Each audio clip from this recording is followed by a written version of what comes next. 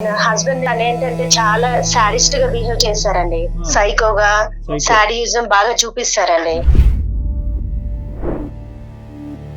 ఆయనతో వేగలేకపోతున్నాను సార్. ఆయన ఇంటికి వస్తుంటేనే చాలా భయం భయం భయం వేస్తుంది సార్. అంత సైకోగా బిహేవ్ చేస్తున్నారు సార్. ఇంటికి వచ్చాక అసలు ఇంట్లో వాతావరణం ఎలా ఉంటుంది? పిల్లలు తన ఇంటికి వస్తున్నారంటే భయపడిపోతున్నారు మేడం. ఇలాంటి భర్తతో వేగడం, నేనంటే చేసుకున్న పాపానికి 10 సంవత్సరాల నుండి వేగుతున్నాను మేడం. చెప్పు. ఫ్రీగా ఉన్నారా? బ్రేక్ టైం అని కాల్ చేశాను. ఫోన్ చేస్తావా? కొంచెం సెన్స్ ఉందా నీకు?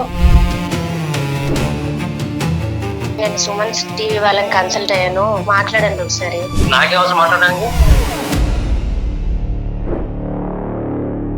దేనికన్నా ఒక హద్దు అదుపు అనేటటువంటిది ఉంటది. డిసిప్లిన్ ఉండాలి, పద్ధతిగా ఉండాలి, గౌరవంగా బతకాలి. టెక్స్ట్ బుక్ లో ఏదైతే డెఫినేషన్ ఉందో, మీరు ఏదైతే ఊహించుకున్నది కరెక్ట్, అది తూచా తప్పకుండా మీరు ఆచరించాలి అని అంటున్నారు. మనం కట్టుకుంటే సమాజం తిరగల బతకగలం. వాళ్ళు భరించలేనటువంటి పరిస్థితి వచ్చేసారు. ఇటువంటి కట్టుదిట్టమైనటువంటి వాతావరణం మేము భరించలేకపోతున్నామండి. ఊపిరి పీల్చుకోవాలన్న భయం వేస్తుంది. మేము ఎక్కువ కాలం నేను ఇందులో ఉండలేని వెళ్ళిపోతాను. నా పిల్లల్ని పద్ధతిగా పెంచుతున్నాను.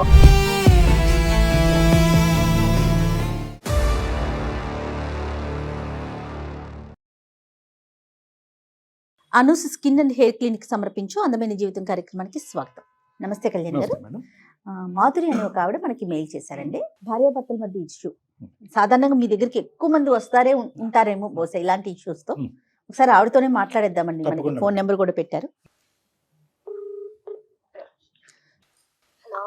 నమస్తే అమ్మా, మాధురి గారండి మాట్లాడేది. నేను జయానండి, సుమన్ టీవీ అందమైన జీవితం ప్రోగ్రామ్ నుంచి కాల్ చేస్తున్నాను. Okay madam. మీ సమస్య నేను డాక్టర్ కళ్యాణ్ చక్రవర్తి గారు కూడా నాతో పాటు ఉన్నారండి. సార్ ఇక్కడే ఉన్నారు. ఒకసారి మీ సమస్య ఏంటో చెప్తారా?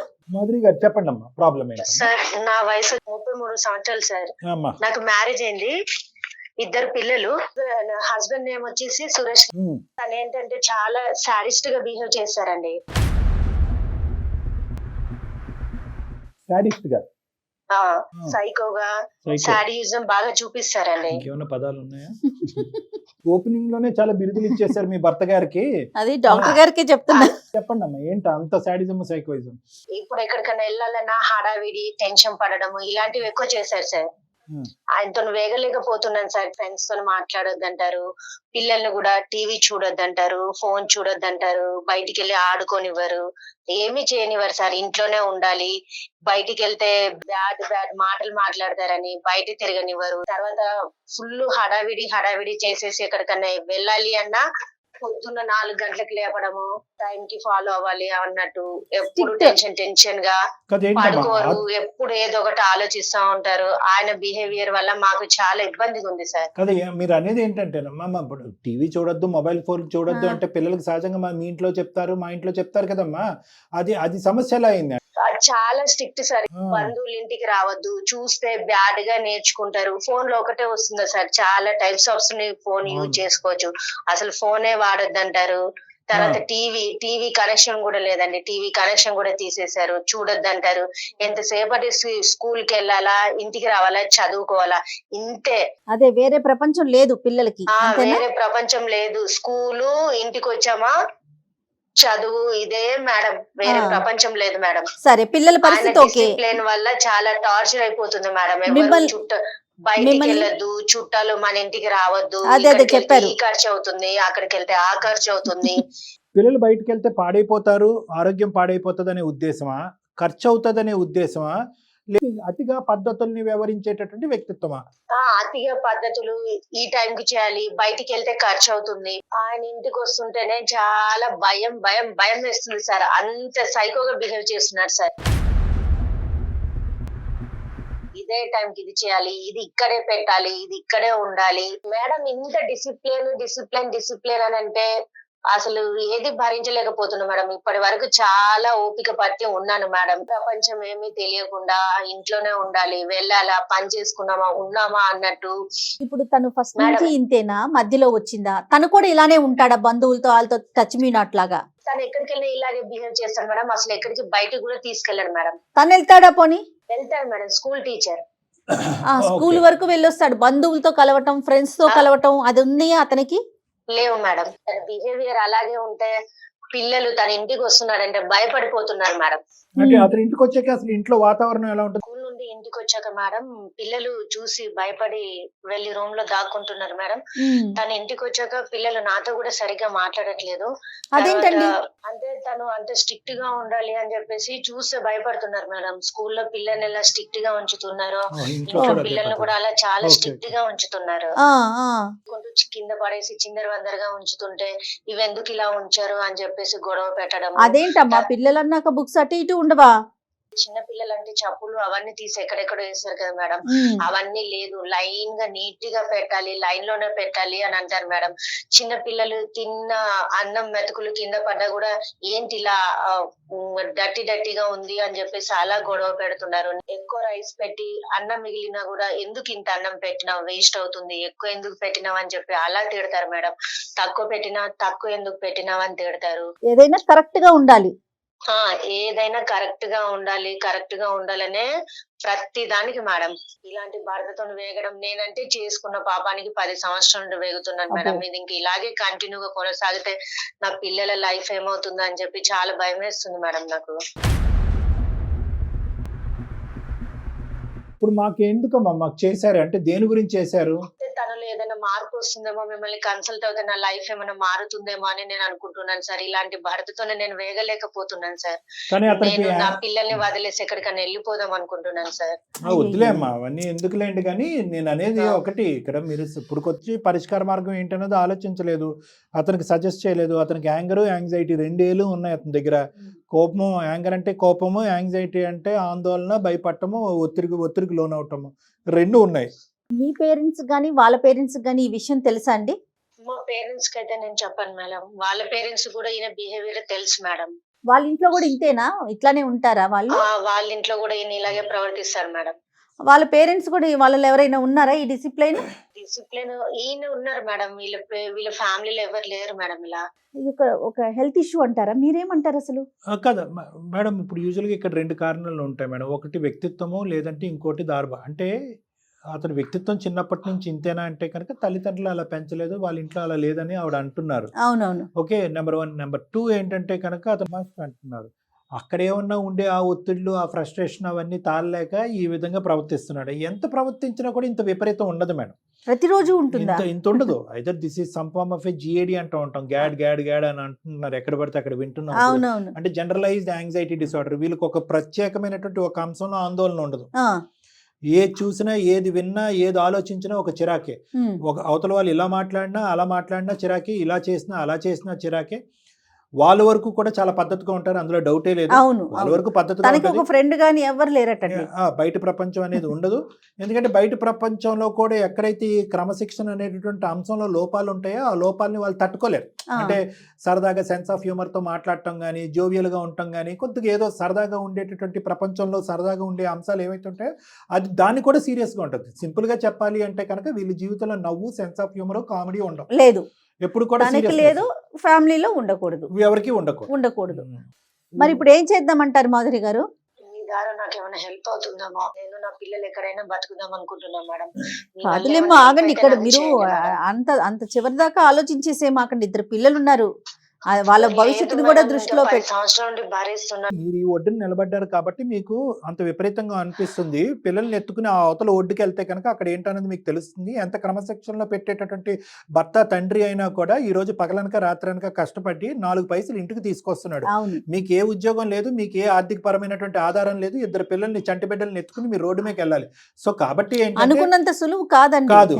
ఇది పరివర్తన వచ్చేటటువంటిది. లేదండి వేరే తాగుడు ఉంది, తిరుగుడు ఉంది అని, వేరే చెడు అలవాట్లు ఉన్నాయంటే కనుక విపరీతమైన ధోరణి ఉందంటే కనుక అది వేస్ట్. ఇతను ఏంటంటే క్రమశిక్షణకి విపరీతమైనటువంటి నిర్వచనం మీ భర్త. సో మనం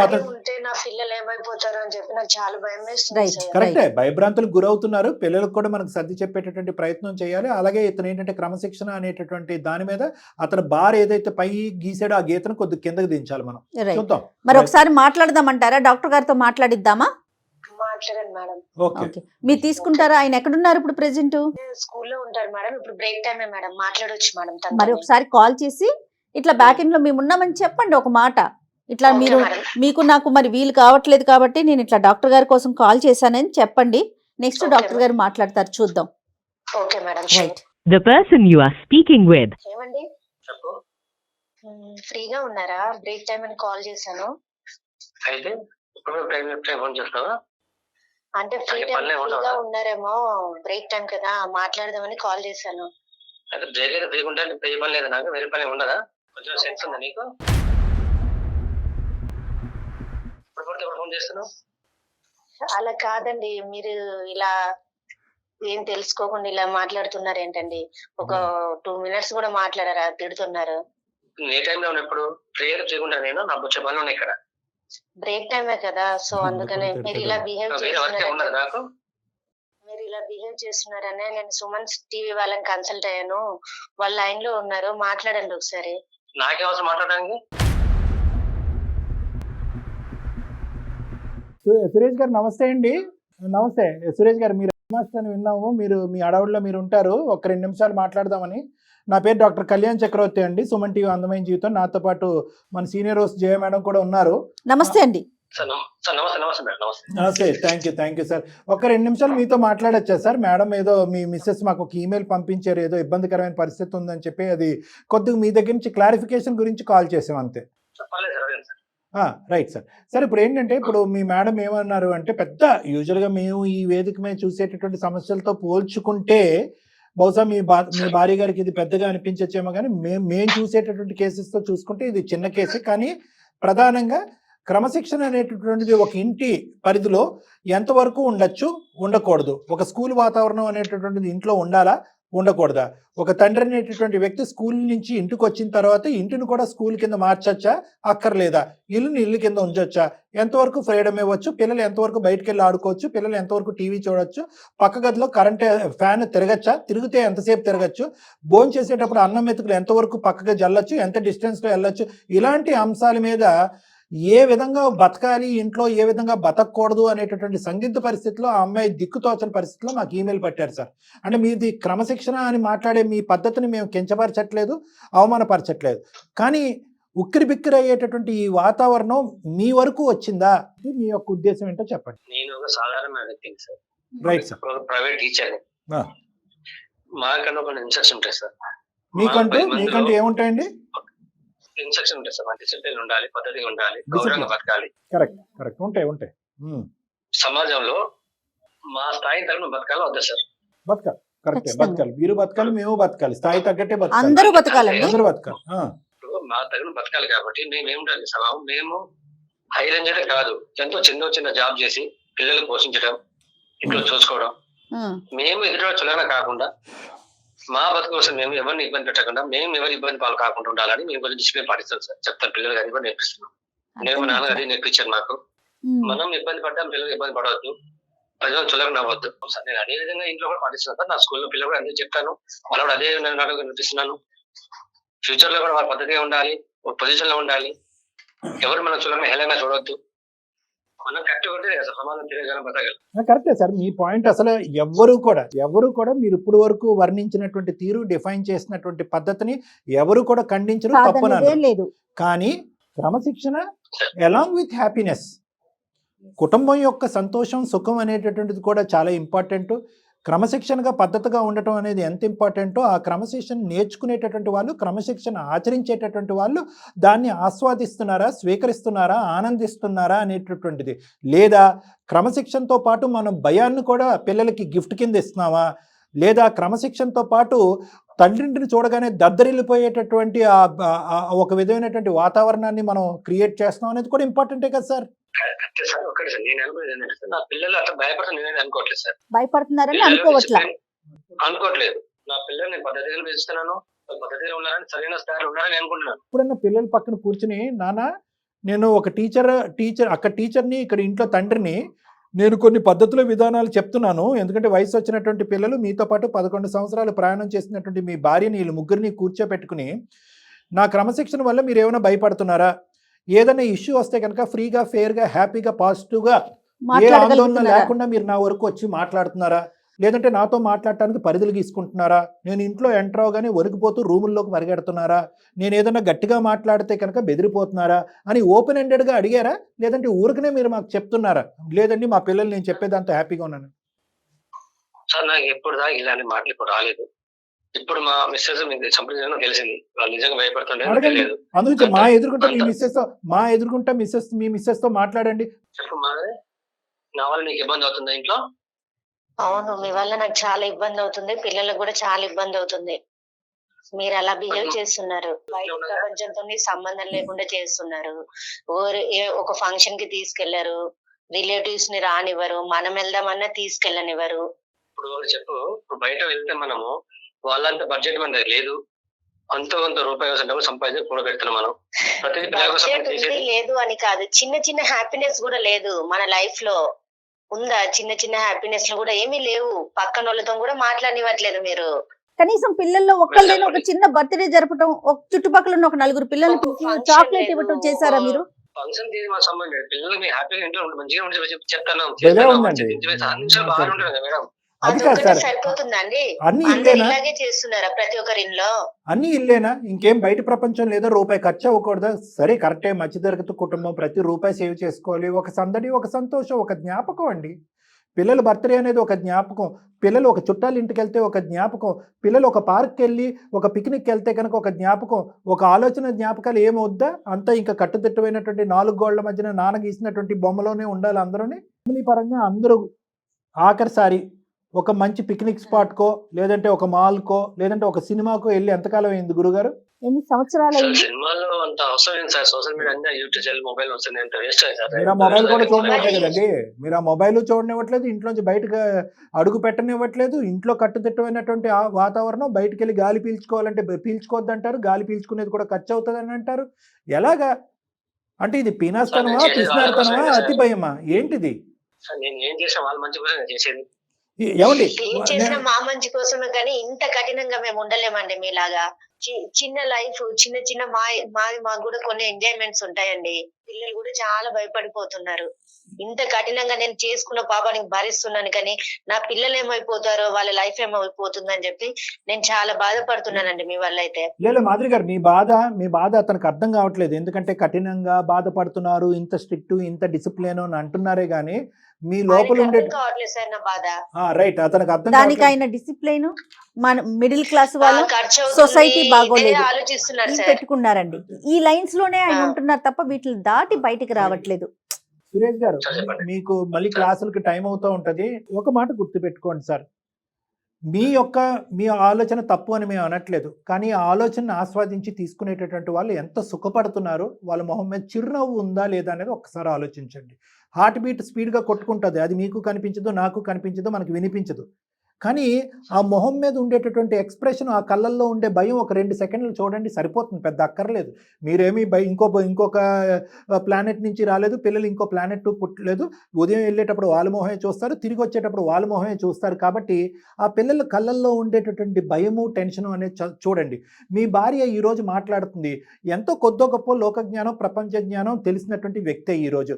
ఆవిడ ఏ కారణం లేకుండా ఊరుకునే వచ్చి, ఏమండి మిమ్మల్ని చూసి నేను భయపడుతున్నానండి, బయటకు వెళ్ళటం అంటే వెళ్ళనివ్వట్లేదని చెప్పి మీ మీద అందమైన జీవితం లాంటి ఒక కార్యక్రమానికి ఈమెయిల్ పంపించి మాకు చాడీలు చెప్పాల్సినటువంటి అవసరం లేదు కదండి. అంటే నేనేమంటున్నానంటే, మీ పాయింట్ ఆఫ్ వ్యూలోనే మీరు ఫిక్స్ అయిపోయారు, మీ డెఫినేషన్లు మీ దగ్గరే పెట్టేసుకున్నారు. ఆ డెఫినేషన్ టెక్స్ట్ బుక్లో ఏదైతే డెఫినేషన్ ఉందో, మీరు ఏదైతే ఊహించుకున్నది కరెక్ట్ పద్ధతి, ఆర్గనైజేషన్, డిసిప్లిన్ అని అనుకుంటున్నారో, అది తూచా తప్పకుండా మీరు ఆచరించాలి అని అంటున్నారు. కానీ ఆచరించడానికి వాళ్ళు రెడీగానే ఉన్నారు. కానీ దేనికన్నా ఒక హద్దు, అదుపు అనేటటువంటిది ఉంటుంది. వాళ్ళు భరించలేనటువంటి పరిస్థితి వచ్చేసారు. మీరు జాగ్రత్త గుర్తుపెట్టుకోండి.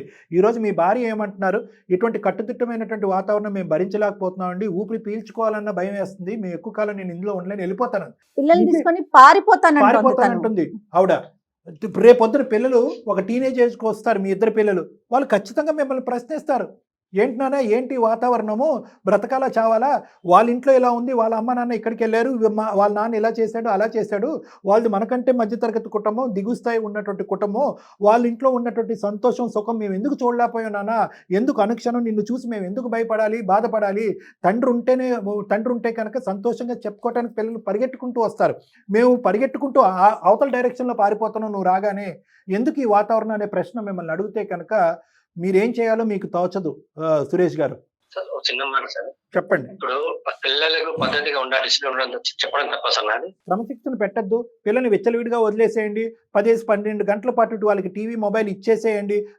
బయట ఆడుకుంటే కనుక విచ్చలవిడిగా గంటల తరబడి ఆడుకోనివ్వండి అని మేము చెప్పట్లేదండి, ఎవరు చెప్పరు కూడా. కానీ at the end of the day దేనికైనా కూడా ఒక లైన్ అనేది ఉంటుంది, ఒక గీత ఉండాలి కదా, ఒక లైన్ అనేది ఉంటుంది. అంతవరకు ఎందుకండి? మీ స్కూల్లోనే ఒక 10-12 ఒక 20 మంది టీచర్లు ఉంటారు. ఒక 2-3 పాటు కూర్చోండి. ఏమరా బాబు నేను ఇలా చేస్తున్నాను, మా ఇంట్లో దానికి యొక్క రియాక్షన్ ఇలా ఉంది, మా పిల్లలు ఇలా ఉన్నారు, మా భార్య ఎలా ఉన్నారు అనేటటువంటిది ఒక ఓపెన్ ఎండెడ్ డిస్కషన్ చేయండి. 10 మందిలో ఎంతమంది మీ యొక్క పద్ధతిని కరెక్ట్ అంటారు, లేదంటే ఇంకా ఎంతమంది మీ యొక్క పద్ధతిని మార్చుకోవాలని సలహా ఇస్తారు ఒక్కసారి ఆలోచించండి. ఎందుకంటే ఇంట్లో వాళ్ళు ఇలాంటి ప్రాబ్లమ్ని ఫేస్ చేస్తున్నారని మీకు కూడా ఇప్పటి వరకు తెలియదు, ఇప్పుడే మీ దాకా వచ్చింది కాబట్టి మీరు ఒక కన్ఫ్యూజన్ స్టేటస్లో ఉన్నారు. డాక్టర్ గారు చెప్పేది లేకపోతే మీ భార్య చెప్పేది మీరు ఒకసారి ఆలోచించండి, మీ టీచర్స్తో డిస్కస్ చేయండి, ఆ తర్వాత ఒకసారి డాక్టర్ గారిని కలవండి. మీరేమనుకుంటున్నారంటే క్రమశిక్షణ అంటే నేను అనుకున్నాను, ఒక పద్ధతిని అనుకున్నాను, నేను ఒక పద్ధతిని అనుకున్నాను, ఆ పద్ధతిని ఫాలో అవ్వకపోతే ఇప్పటి వరకు నేను ఏదైతే స్ట్రిక్ట్ లైన్లో నేను ఫాలో అవుతున్నానో దీన్ని నేను వెనకడుగేసుకుని విరమించుకుంటే పిల్లలు కంప్లీట్గా చెడిపోతారు, ఈ ఇల్లు ఏదో అయిపోతుంది, ఈ విచ్చలవిడిగా ఖర్చు అయిపోతుందని మీరు విపరీతంగా ఆలోచిస్తున్నారు. మీ యాంగ్జైటీ కొద్దీ మీకున్నటువంటిది ఒక భయం, జబ్బు అని అనట్లేదు, యాంగ్జైటీ, ఆతృత, కంగారు, చాలా ముందు ఆలోచించేస్తున్నారు. డబ్బులు ఇప్పుడు ఖర్చు పెట్టేస్తే రేపు బ్యాంక్ బ్యాలెన్స్ 0 అయిపోతుంది, పిల్లలు బయటకు వెళ్ళిపోతే కనుక పాడైపోతారు, టీవీ మాత్రం చూస్తే కనుక చూడకూడదు, చూసి చెడిపోతారు అని చెప్పి ఎక్కడ నిలబడినటువంటి వ్యక్తి మీరు ఎక్కడెక్కడో ఆలోచిస్తున్నారు. దీన్నే మనం యాంగ్జైటీ అంటాం. ఈ యాంగ్జైటీతో పాటే భగవంతుడు ఇచ్చేటటువంటి ఫ్రీ గిఫ్ట్ ఏంటంటే కోపం. ఎందుకంటే నేను ఆతృత పడుతున్నాను, ఇది ఇలా ఉండాలి అనుకుంటున్నాను, ఎదురుగా ఉన్న వాళ్ళు అది ఆచరించలేదు, ఆటోమేటిక్గా నాకేమొస్తుంది? కోపం వస్తుంది, పిల్లల మీదకి వస్తారు, గట్టిగా అరుస్తూ ఉంటారు. సార్ ఇప్పుడు నేను అనుకునేది ఇప్పుడు దాకా మ్యాటర్ రాలేదు మీద వచ్చిందని చెప్పాల్సి వచ్చింది. నేనైతే పిల్లలు ఎంత స్ట్రగుల్ అవుతున్నా మిస్ అవుతా ఇబ్బంది పడి అనుకోవట్లేదు సార్ నేను. కానీ ఇప్పుడు తెలిసింది కాబట్టి నాకు ఇప్పుడు కొంచెం అర్థమవుతుంది సార్. నేను మిస్టేక్ చేసిన లేదని ఒకసారి మా మిస్ మాట్లాడతాను, లేదంటే మేము కన్సల్ట్ అవుతాను sir. Thank you very much sir. నేనైతే కనుక అస్సలు మీరు వింటారనో ఆలోచిస్తారనో అసలు నాకు ఇంత సమయాన్ని ఇస్తారనో నేనైతే అనుకోలేదండి. మరి జయ మేడం అనుకున్నారో లేదో నాకు తెలీదు. ఎందుకంటే యూజువల్గా ఈ సో కాల్డ్ స్ట్రిక్ట్ ఆఫీసర్స్ ఎవరైతే ఉన్నారో, అంటే మీకేమీ అవమానించట్లేదు, నేను మామూలుగానే అంటున్నాను, వీళ్ళు యూజువల్గా ఏమనుకుంటారంటే మీ యొక్క వ్యక్తిత్వం, మీ యొక్క మానసిక పరిస్థితి ఎలా ఉంటుందంటే కనుక నేను నలుగురు చెప్పేటటువంటి స్థానంలో ఉన్నాను, కానీ నేను ఎప్పటికీ స్టూడెంట్లా ఉండటం నాకు ఇష్టం లేదు, నాకు ఎవరు చెప్పకూడదు అని అనుకుంటారు. ఇంక్లూడింగ్ డాక్టర్స్, కౌన్సిలర్స్, పెద్దవాళ్ళు కూడా చెప్పడానికి అర్హత లేదు, వీళ్ళేదో తెలియక మాట్లాడుతున్నారని చెప్పి మీరు పట్టిన కుందేలకు 3 కాళ్ళు అన్నట్టుగా ఉంటారు. కానీ మీరు అక్కడ లేరు, ఒక మెట్టు దిగారు, ఆలోచిస్తాను, మీ దగ్గరకు వచ్చి కలుస్తాను పిల్లలతో పాటు ఫ్యామిలీతో పాటు అని అన్నారు. సంతోషం అండి. తప్పకుండా అండి, మాధురి ఒకసారి మీరు మీ హస్బెండ్ కలిసి రండి అమ్మా. ఒక పాయింట్ మీరు గుర్తు పెట్టుకోండి అమ్మా, ఇక్కడ వరకు వచ్చే ముందు ఇంకో 2 మెట్లు మీరు అక్కడే ఎక్కుంటే కనుక ఇంకో విధంగా ఉండేది. ఏదన్నా ఒక సమయం సందర్భం చూసుకుని మీ భర్త యొక్క కోపానికి భయపడకుండా అతన్ని పక్కన కూర్చోబెట్టుకుని ఒక మంచి మూడ్లో ఉన్నప్పుడు, ప్రతి వ్యక్తి ఒక మంచి మూడ్ అనేటటువంటి దాంట్లో ఉంటారు, ఒక మంచి టైంలో ఉంటారు, ఒక నవ్వుతూ ఉండేటటువంటి పరిస్థితిలో ఉంటారు. ఆ టైంలో ఏమండి మీరు ఇలా ఉన్నప్పుడు ఎప్పుడు ఇలా ఉంటే బాగుంటుంది కదా, ఆ సమయం సందర్భంలో ఇలా ఎందుకున్నారు, పిల్లలతో ఎందుకు ఇలా ప్రవర్తిస్తున్నారు, ఈ విధంగా ఉండకుండే బాగుంటుంది కదా అనేటటువంటిది మీ బాధని ఈ 11 సంవత్సరాల పాటు ఎక్కడ కూడా అతనికి విడమర్చి చెప్పలేదు, ఎవరి ద్వారా చెప్పించే ప్రయత్నం కూడా మీరు చేయలేదు. సో అదే ఇప్పుడు అందు గురించి ఏంటంటే మేము ఒక 20 నిమిషాలు ఒక అరగంట మాట్లాడేటప్పటికి సురేష్ గారు ఒప్పుకున్నారు, సరే సార్ నాకు అర్థం కావట్లేదు, నా పిల్లల్ని నా కుటుంబాన్ని బాధ పెట్టేటటువంటి ఉద్దేశం నాకు లేదు, మిమ్మల్ని వచ్చి కలుస్తామని అన్నారు. సో అంత తొందరగా అతనికి రియలైజేషన్ వచ్చిందంటే పూర్తిగా వివరంగా అతనికి చెప్పకపోవటం కూడా మీ తప్పేమో అని నాకు అనిపిస్తుంది. ఆల్ సెడ్ అండ్ డన్, మీ కుటుంబ సమేతంగా అందరు రండి నా క్లినిక్కి, మేడం ఒక అపాయింట్మెంట్ తీసుకుంటారు, వచ్చి కలిసిన తర్వాత మిగతావన్నీ మాట్లాడుకుంటాం.